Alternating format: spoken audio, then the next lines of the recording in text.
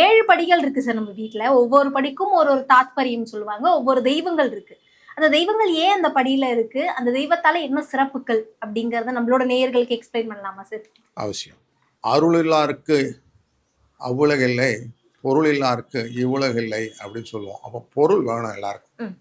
யாருக்கெல்லாம் பொருள் வேணும்? ஐஸ்வர்யங்கள் வேணும். சகல ஐஸ்வர்யம் அப்படிங்கிறது தான் இந்த அஷ்டலட்சுமி அப்படிங்கிறத நம்ம காட்டுறோம். அவங்க சந்தானலட்சுமி இருப்போம், தானியலட்சுமி இருப்போம், தைரியலட்சுமி இருப்போம், நமக்கு இருக்க கஜலட்சுமி இருக்கா. அப்படி வரிசையாக அஷ்டலட்சுமிகளையும் இங்கே உருவகப்படுத்தி வச்சிருக்கிறோம்.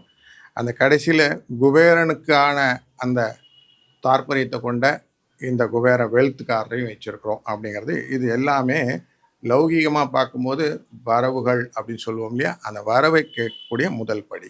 இது மனசில் முதல்ல ஆசை. கோயிலில் போகும்போது முதல்ல பொம்மையெல்லாம் பார்த்துட்டு அப்புறம் உள்ளே போகிறோம்ல, அந்த மாதிரி ஃபஸ்ட் இன்ட்ரோ பணம் ஈர்க்கப்படுகிறது. பணத்தால் நம்ம ஈர்க்கப்படுகிறோம் அப்படின்னு வச்சுக்கலாம்.